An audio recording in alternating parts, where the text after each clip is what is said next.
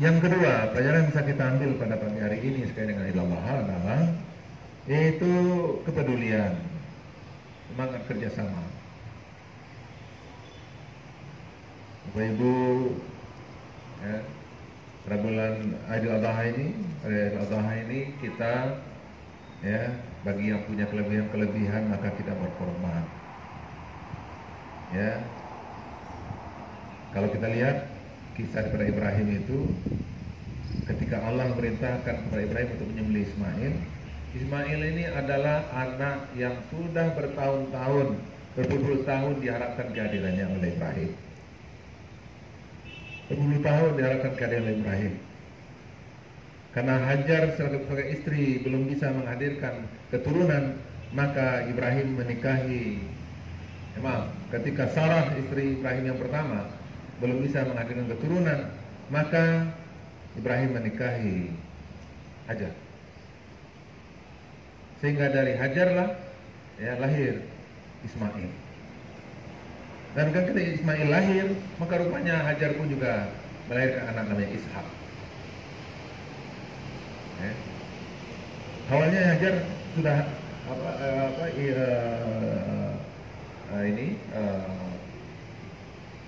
istri yang Siti Sarah, itu udah tua, ya. Sehingga tidak ada harapan untuk melahirkan. Maka itu Ibrahim menikahi Ismail, menikahi Hajar. Dan kemudian dari Hajar lahirlah seorang anak namanya Ismail. Adalah anak yang kedatangannya ditunggu-tunggu sudah puluhan tahun. Usia Ibrahim sudah berusia tua, ya, karena mengharapkan keturunan. Artinya adalah seorang yang diharapkan kelahirannya, kehadirannya selama bertahun-tahun, begitu sangat dicintai ketika sudah hadir, begitu disayang kita hadir. Tapi Allah merintahkan untuk dikorbankan. Walaupun pada akhirnya Allah mengganti dengan domba. Tapi yang ingin sampaikan pesannya di sini adalah yang namanya berkorban itu berbahagia. Memang kita harus memberikan dan memilih yang terbaik. Kita mengeluarkan yang terbaik daripada yang kita miliki. Jadi bukan sesuatu yang kurang baik, tapi yang sangat baik yang kita pilih, dan itu yang kita korbankan untuk diberikan ke orang banyak. Dan kemudian kita bagikan kepada orang lain, dan kemudian kita bagikan kepada orang yang membutuhkan. Dan ini adalah kepedulian, ini adalah kebersamaan, ini adalah kekompakan, ini adalah persatuan. Karena awal daripada kekompakan, kebersamaan itu kepedulian. Awal daripada kebersamaan, awal daripada kekompakan itu kepedulian. Kalau kita peduli kepada seseorang, maka insya Allah itu menjadi awal untuk kita bersahabat, dan awal kita untuk bersama, dan awal kita memiliki tim yang solid dengan orang lain. Kepedulian. Nah, maka usaha itu, Bapak Ibu yang berhadir, dalam rangka melaksanakan tugas kita sesuai dengan tupoksi kita. Masa kita sudah tugas kita dan kemudian maaf, barangkali mungkin ada kemacetan, ada kesemrautan dalam lalu lintas, kita biarkan saja dan kita diamkan saja. Kalau seandainya kita diamkan dan kita biarkan saja, berarti kita kurang peduli. Nah, sebetulnya adalah korban ini adalah menandakan kepedulian itu kepada kita, peduli kepada sesama, peduli kepada orang lain. Apalagi itu menjadi tugas kita, menjadi tupoksi kita. Kita ada di sini, memang itu pekerjaan kita, itu tugas kita. Tentu karena memang tugas kita, karena tanggung jawab kita, karena tupoksi kita, harus kita lakukan.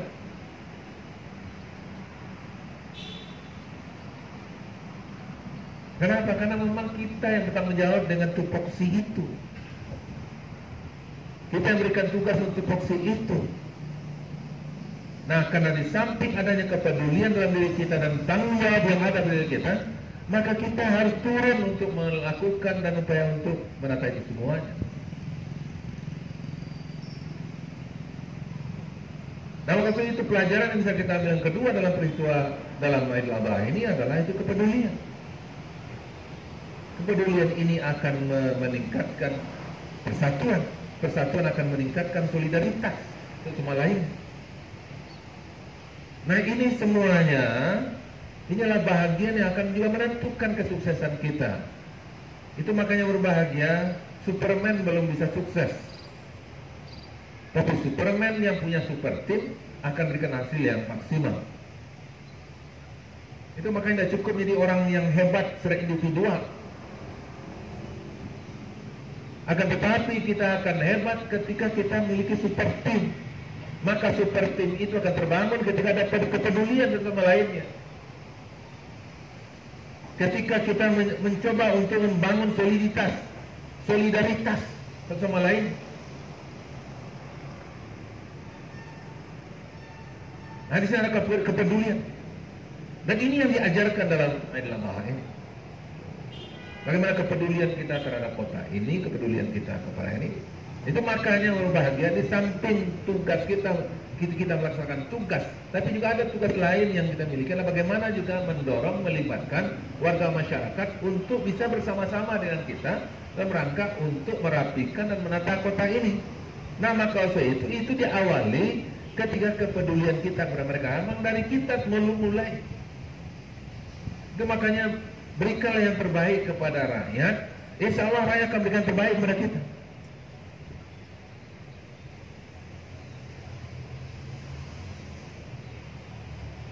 Ketika kita dari pemerintah ini memberikan layanan terbaik, maka insya Allah rakyat akan berikan terbaik kepada kita. Itu makanya dari ucapan kita berucapkanlah ucapan yang terbaik. Dari pikiran kita keluarkan pikiran yang terbaik. Kemudian dari sikap-sikap kita hadirkan pikiran yang terbaik, sikap yang terbaik.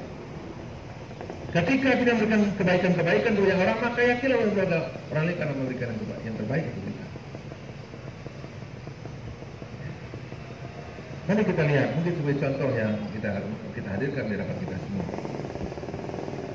Bapak Ibu yang berbahagia kan barangkali Bapak Ibu merasakan bagaimana keadaan Pantai Padang ketika tahun 2014 ataupun 2014 itu.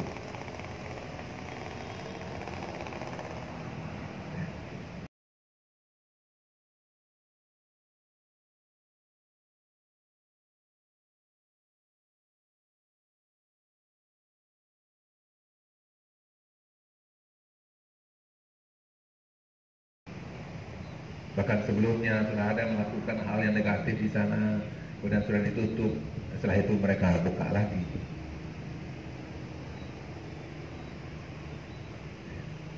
Tapi ketika kita melihat berapa tahun seperti itu, dan kemudian kita coba melakukan pendekatan, kita bangun komunikasi dengan masyarakat, dan kemudian kita sampaikan, ikut kita akan pantaiwan kita rapikan, kita tata. Libat sedio lihat semua. Semua menjawab malu pada kamu belum Pak Wali. Ya. Kami juga kan ingin banang kerancak juga. Nah, cuma kalau mau ikut di perancak, kami bisa aja mengalih risiko. Ini pertanyaan. Nah, waktu itu ingat lagi apa gunanya negara ini dan apa gunanya pemerintah. Pemerintah ini kan adalah untuk mencerdaskan kehidupan bangsa dan berikan kesejahteraan dan kemakmuran kepada rakyat.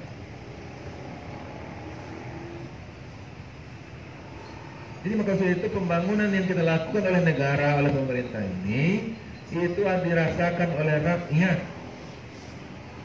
Jangan ketika kita membangun, maka rakyat jadi yang tersingkir di sana. Jangan. Itu kan urusan awak ya saudara. Bisu kalau tidak apa-apa kan mengadu juga, kalau mengadu ke apa-apa akan mengadu ke pemerintah kota, akan mengadu ke wali kota, ke DPRD. Kenapa tindakan yang kita lakukan membuat masalah baru? Seharusnya program pembangunan dan tindakan yang dilakukan harus menyelesaikan sebagian masalah, jangan membuat masalah baru. Maka oleh sebab itu lihat, pelajari apa yang masalah di sana dan kemudian jawab dengan program dan kegiatan kita. Nah, seperti yang sekarang tadi, awal dapat dirapikan Pak Wali, tapi bisa kami menggalih. Kami menggalih untuk sekolahnya, Pak, bukan untuk mencari kayu di situ, Pak. Nah, itu kali ungkapan banyak mereka di sana. Maka waktu itu saya jawab, kalau memang untuk apa, mengikut dibangun untuk apa Ibu orang Indonesia dulu sih, nah, sepakat awak bangun, sepakat. Nah, itu makanya biarlah menggalihnya situ dulu, kita bangun sampai. Itu lebih di Pemko lah Pak, mau cari orang-orang elok di Padang kan. Mangkonya di perhubungan kau harus cari orang yang lelok, Pak. Yang orang yang susah catat gitu kan. Kalau untuk menyelesaikan masalah, ya masalah kemiskinan, masalah maka itu kita akan selesaikan dengan kita sendiri. Mengkombinasikan potensi kita dengan potensi orang lain yang permasalahan yang ada gitu. Dan semuanya dengan berbeda. Banyak hal yang orang yang bisa diajak untuk bersama itu terbukti. Maka ada yang bantu 500 juta, ada yang bantu 150 juta, ada yang bantu ya sekian ratus juta. Selesai sebalik blok, kemudian terakhir baru dari PBD mencukupkan, melengkapi. Setelah selesai itu kita bangun dan kemudian kita ajak bayi boleh selesai itu. Baca rohnya. Lepas pun masing-masing pernah jumlah juga dapat. Makan juga lagi. Ini kita ambil nomor. Di mana nomor masing-masing? Lalu sampai nomor masing-masing. Kalau itu balai, ayolah pindah. Maka mereka sendiri yang buka dan kita bantu. Siapa kita membantu mereka untuk pindah. Kan ini yang kita lakukan. Demikian juga untuk perhubungan. Kita sekarang ini mau menata transportasi di Kota Padang. Ya, kita punya Trans Padang. Nah, kemudian kita punya feeder-feeder di Kota Padang ini. Ya. Sudah semenjak tahun berapa itu tidak ada penambahan angkot ya. Ya, tidak ada penambahan. Karena memang itu sudah di sikap kita. Nanti akan kita ganti dengan Trans Padang. Nah, maka itu dengan kita buat Trans Padang dan kemudian ada feeder-feeder itu semuanya, maka pengusaha existingnya di sana Bapak Ibu semuanya itu ya. Si anak maunya yang punya ada koper soka, yang punya apa sayu apa, sayu sakato, punya apa kan orang awas saja tuh. Karena sana apa sebenarnya.